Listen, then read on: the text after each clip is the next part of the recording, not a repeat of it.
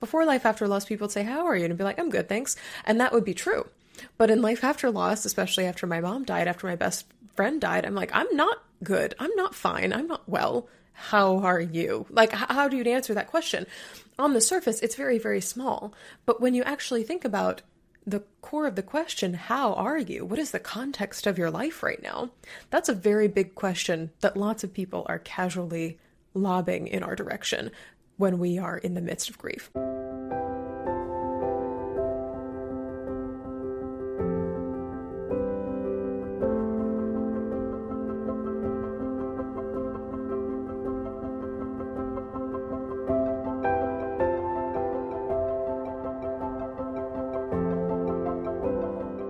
Hi there, Grief Growers, and welcome back to Grief Grower. I am so honored to be here with you once again, as always. If you've been growing alongside me in my work for a while, welcome back. And if you are new to me and my work, hello. My name is Shelby Forsythia. I am a grief coach, two-time, very, very, very soon to be three-time author, and the founder of Life After Loss Academy, which is an online grief support program that has helped dozens of grieving people stop feeling lost, stuck, broken, and alone, and start building lives that they genuinely love from the lives that loss forced them to live. All of the work I do includes not only death-related losses, which is what most people think of when they think about grief, but also divorce, major diagnosis, job loss, and any other major transition that changes your life. Here on the show and throughout all of my work, we believe that grief is not something to get over. It is something that we grow with and alongside for the rest of our lives, and that when we stop treating grief like a problem to be solved or like an inconvenience of our life and start treating grief like an invitation to live more deeply, we can create meaningful and rich lives that are full of the memories that we carry and the struggles that we faced and the preciousness of what it is to be alive right here and right now. Today on the show, I am answering one of the most common questions I get in life after loss, which is, how on earth do I respond to the dreaded question, "How are you?" But before we get into that, I wanted to let you know that there are still tickets available for the Grieftastic Book Fair taking place tomorrow in Los Angeles. So if you are an LA native, you've been waiting a little while to see what your schedule is going to be like, I would love to see you tomorrow, November 21st at the Lux Hotel. There is a VIP BFF brunch at the beginning where you can mix and mingle with other grievers, grief authors, grief professionals. And then from 12 to 4, there is an open book fair included with your ticket where you can listen to panels, watch panels, one of which I will be leading, get your book signed by authors who are present, including myself, and sort of meet all of these people who write about words and help people find the language to describe the loss experience. Myself and more than 40 grief authors, including Rachel Cargill, Rebecca Sofer, who we've had here on Grief Grower, David Kessler, Hope Edelman, and Jennifer Pasteloff, will be there, and you will walk away with my favorite souvenir of all time, a tote bag called a sad sack, full of all the grief books you purchased and had signed, as well as some really fun grief merch. That VIP brunch starts at 10 and goes to 11:30, and then the book fair happens from noon to 4. And as tickets still are available, you can use my code GRIEFBFF, GRIEF, BFF, for 15% off until tickets sell out. So if you still see them available on the website, they are still available, and I would love to meet you there.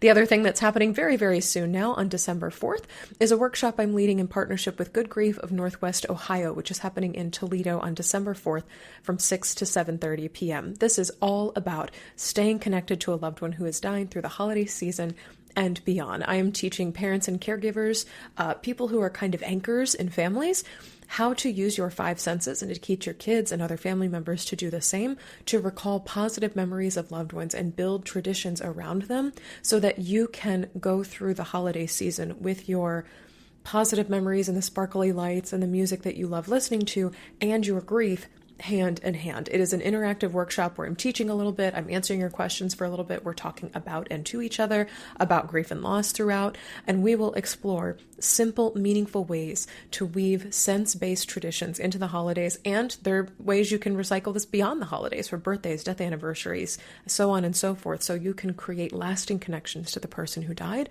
for your entire family. You will learn how to use your five senses to call forward memories of loved ones that are positive and comforting, how to involve other members of your family, especially kids and teens, in creating positive grief-related traditions, what to do when painful memories or final memories of a loved one overshadow happy ones, how to tailor holiday traditions based on your energy levels. Some things are very low energy, such as looking through a scrapbook. Some things are very high energy, like everybody getting on a plane and flying together to Japan to honor a loved one who has died. That's very different energy levels, but they could be the traditions that work best for you in grief. And what to do when everyone in the family's needs differ. And you can find tickets for that at shelbyforsythia.com/events. That is also where you can find tickets, if they are still available, for the Grieftastic Book Fair. And I will see you there tomorrow. Okay, today I am so honored to put together a list of 20 responses to the dreaded question of how are you? These are a combination of truthful responses, boundaried responses, and protective responses, because so many grievers just absolutely loathe hearing this question.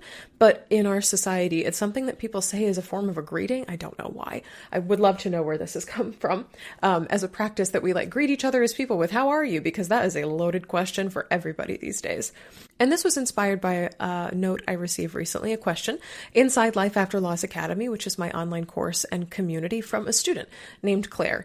And this is truly one of the most frequently shared dilemmas that I hear from anybody who's grieving anything: death, divorce, diagnosis, we call them the 3Ds, and so much more. She says, "Hi Shelby, I would appreciate your thoughts on something I keep encountering. When people I don't know very well, like work colleagues, greet me, they often say, 'How are you?'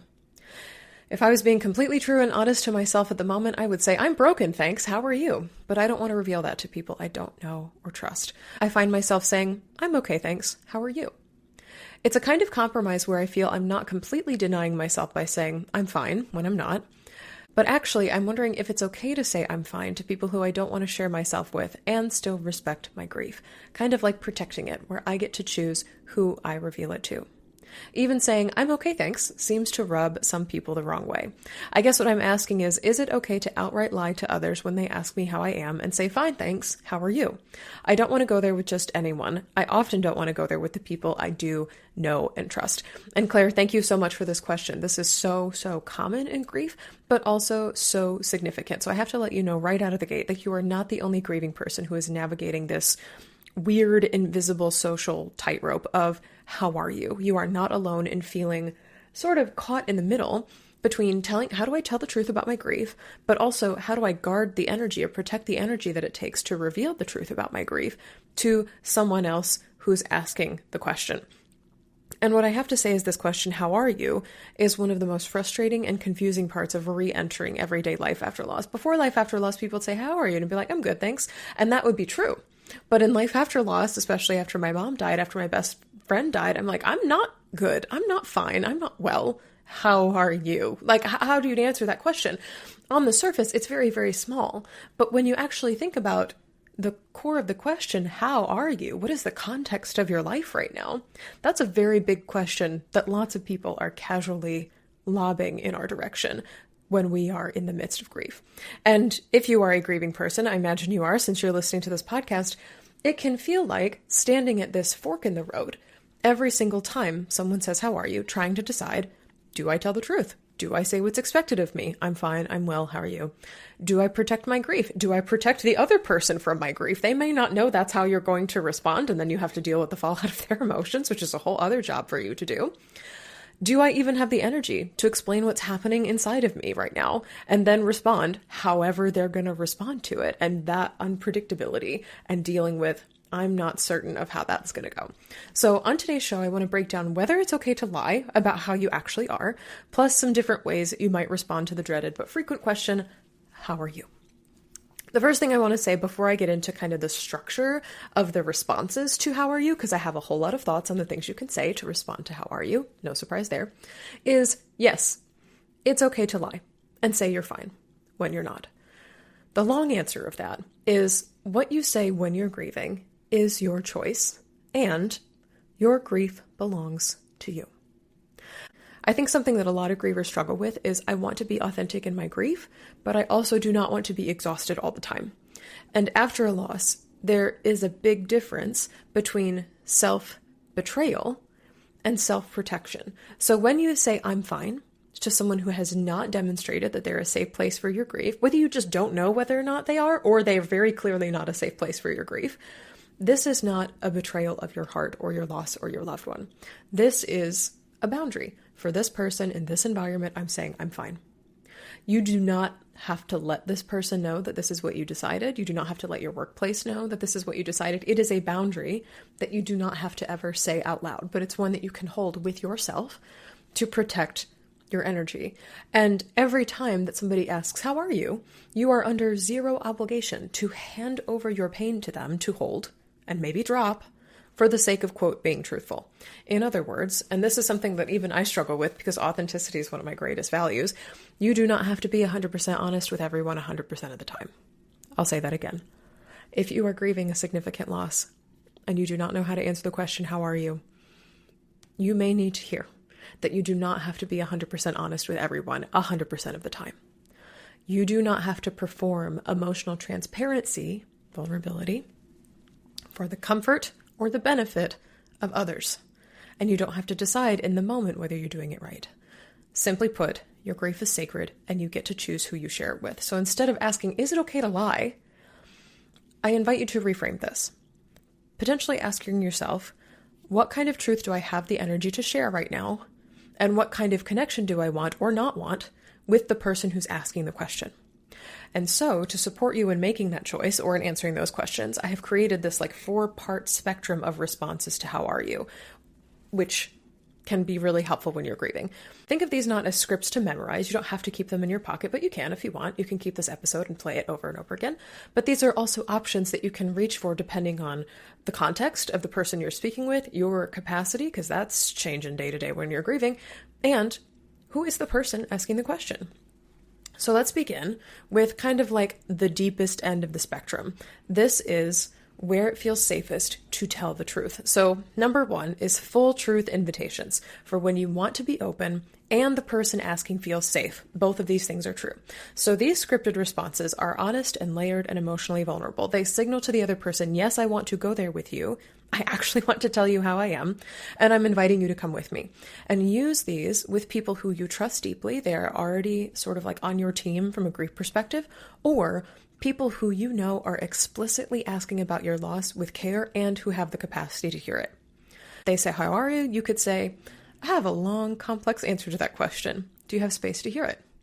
Or you could say, the truth is, I am having a insert loss here day to day. I'm having a dead mom day. I'm having a divorce day. I'm having a chronic illness day, whatever it is for you.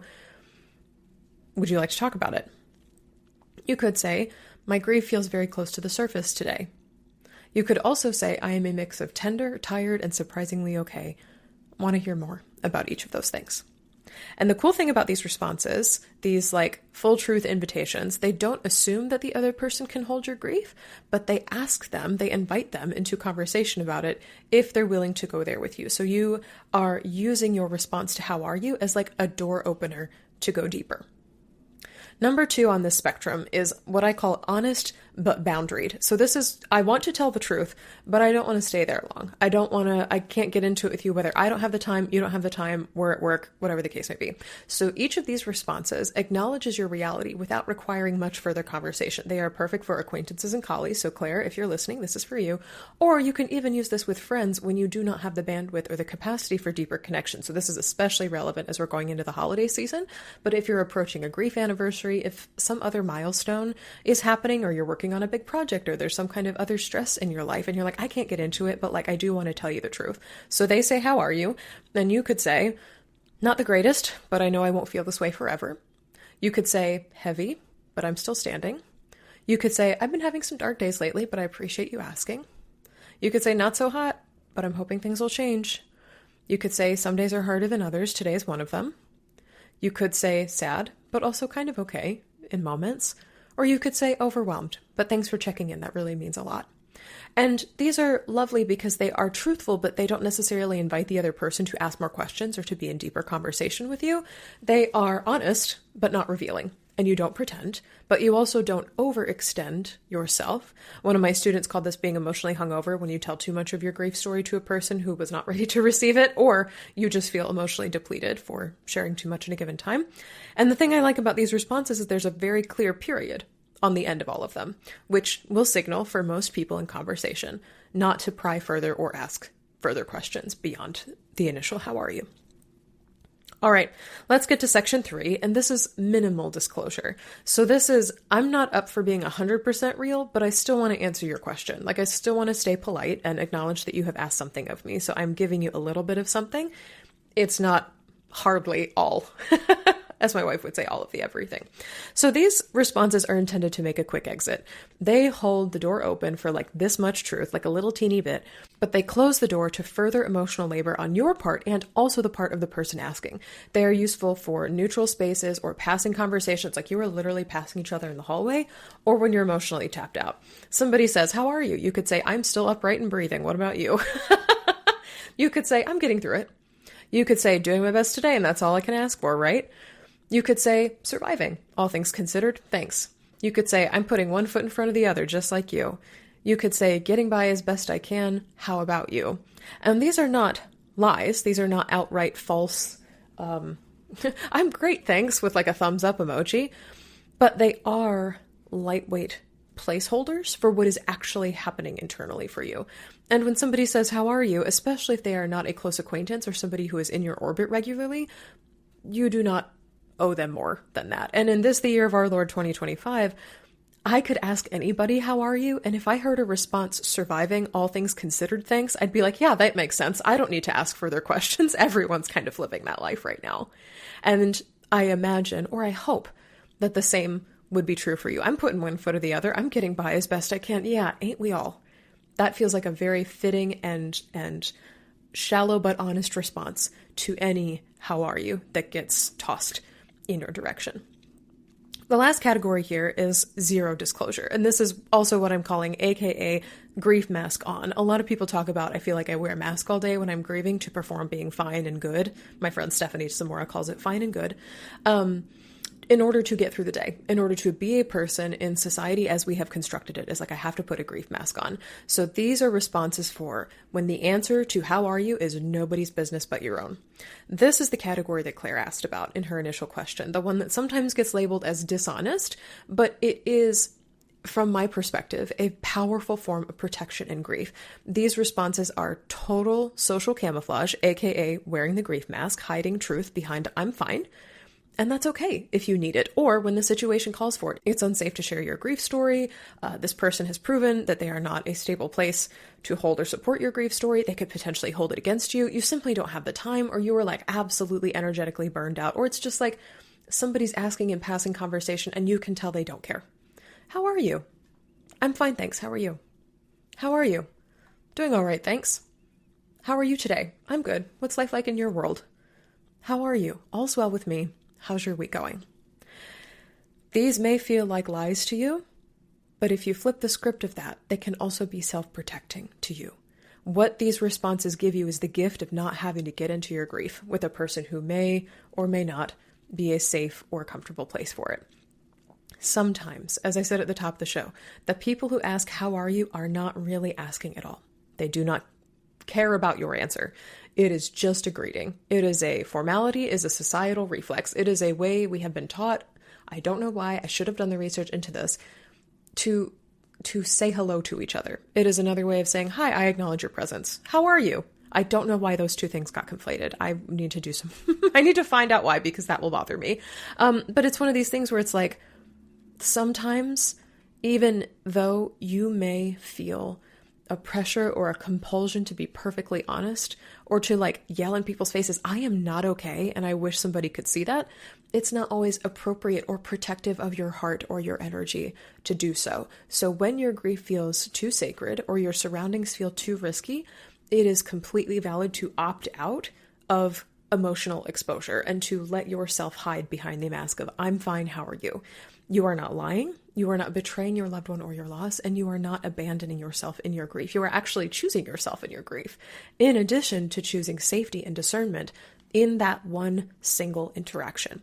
And if it still feels like lying to you, and I totally hear you if it does, if it helps you feel better, what I want you to remind yourself of is who is actually in your corner in grief. Who can you be honest and truthful with? And who can you reassure yourself that you will be honest and truthful with and vulnerable with, just not right now? In Life After Loss Academy, we talk about making a list of your grief allies. These are people you know for sure can hold space for your grief. And so in your mind, when one of your coworkers says, "How are you?" and you say, "Fine, thanks, how are you?" you might think, "How are you?" is a question for my grief ally, Gail, who I'll talk to later. Not for Howard, my coworker. That's not a question I answer when it comes from Howard. That's a question I answer when it comes from Gail, because I know Gail has the space to hold my grief. Sorry, Howard. But it's one of these things where it's like, as you answer the question with a mask of "I'm fine," or "I'm well, how are you?" or "I'm doing all right," or "Good, how about you?" You do not have to descend into the guilt or the shame spiral of "I am a liar" in my grief. You can say, "I am self-protecting my grief with this person, or in this scenario, or in this situation, or today, or for the time being," and say, "I am vulnerable," or "I will answer that question with this person, or this friend, or this family member, or in this grief support group." I have other places where the real answer to that question goes, even if it's just to myself and a journal that I keep, or a voice memo that I take, or a regular ritual that I do to communicate with loved ones who have died. There are other places and other people who do have the space and capacity to hold that question. So it's not lying, it's protecting. And the thing I want to impart on you before we say goodbye in this episode is that you do not owe everybody the truth about your grief. When I first started writing this episode, I wrote, "You do not owe anybody the truth about your grief," but I think that's a lie. I think you owe yourself the truth of your grief. I think you owe any professional you seek support from the truth about your grief. I'm thinking medical professionals, grief professionals, spiritual directors, anybody who you seek help from about your grief.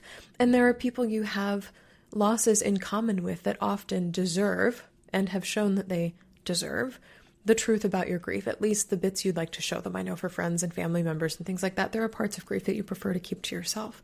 But the thing that you do owe is to yourself, and that is an immense amount of compassion when you're grieving. So to Claire, who asked this question, and to anybody else who's struggling with this question of what on earth do I say in response to "How are you?" in grief? Yeah, it's okay to say "I'm fine" when you're not. Your grief is not a public performance that others are just allowed unfettered 24/7 access to. Your grief is a part of your lived reality. You're the one who has to live inside it. And you can place a compassionate fence around it when it feels necessary to do so. And sometimes the compassionate fence, or like the electrified fence that people bounce off of, is "I'm fine. I'm good. Doing well. How are you?" Part of that compassionate fence placing involves using your words to invite some people in. "I'm having a rough go of it lately. Do you want to hear more? Do you have space to hear more?" And to keep other people out. "Good, thanks. Thanks for asking." What I want you to know is that you are the ultimate protector of your heart and of your grief. And you are more than allowed to do what you need to do in each moment to survive each interaction with each new person, or each same person if they're in your life a lot, and each day with grief in tow.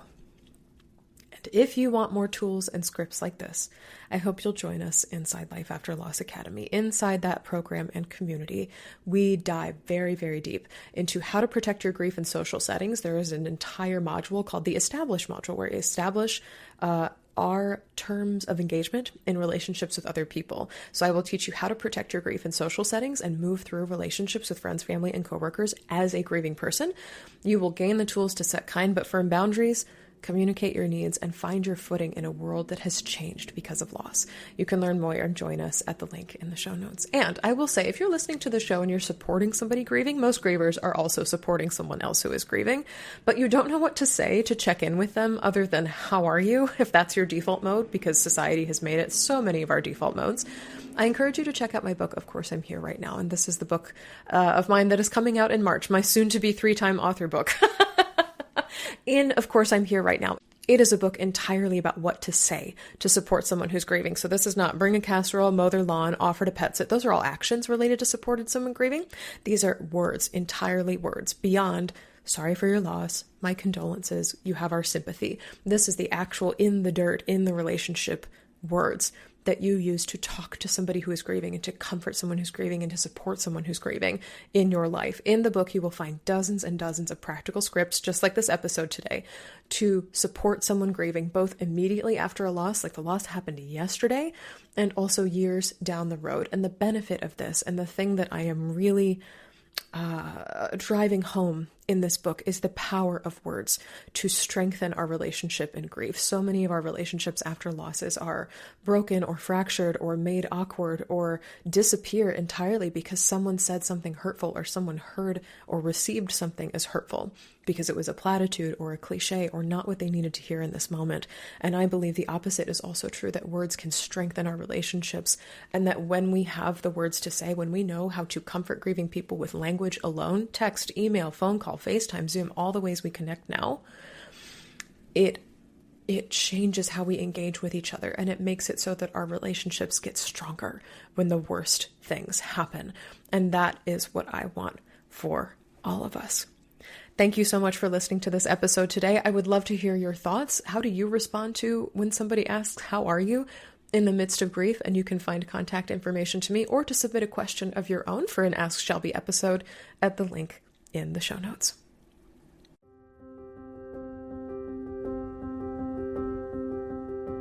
That's all for this episode of Grief Grower. Thank you so much for joining me today. If you're looking for grief support beyond the show, you can find free workshops, blog articles, and my signature What's Your Grief Support Style quiz at shelbyforsythia.com/links. And if you'd like to get support from me for your unique loss experience, you can always join us in Life After Loss Academy, my online course and community. I will walk you through my 5-step grief framework, GRIEF, for rebuilding after loss, and you can get live coaching from me every single week to answer your questions, like this one from Claire.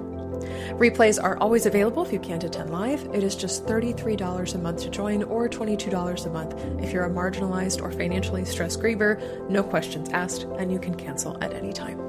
If this podcast felt validating, comforting, educational, or helpful to you, please subscribe and leave a review on Apple Podcasts or Spotify, and be sure to share Grief Grower with a friend, because you never know what someone you love is going through. Grief Grower is hosted by yours truly, Shelby Forsythia, and the theme music is by Addie Goldstein. Until next time, Grief Growers, I see you. I am so proud of you and the work that you're doing in the world, and I love you. Because even through grief, we are growing.